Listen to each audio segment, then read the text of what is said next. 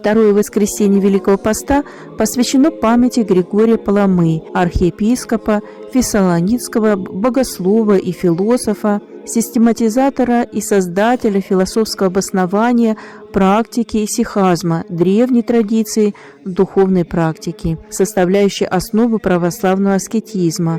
На Руси последователи исихазма называли молчальниками или затворниками.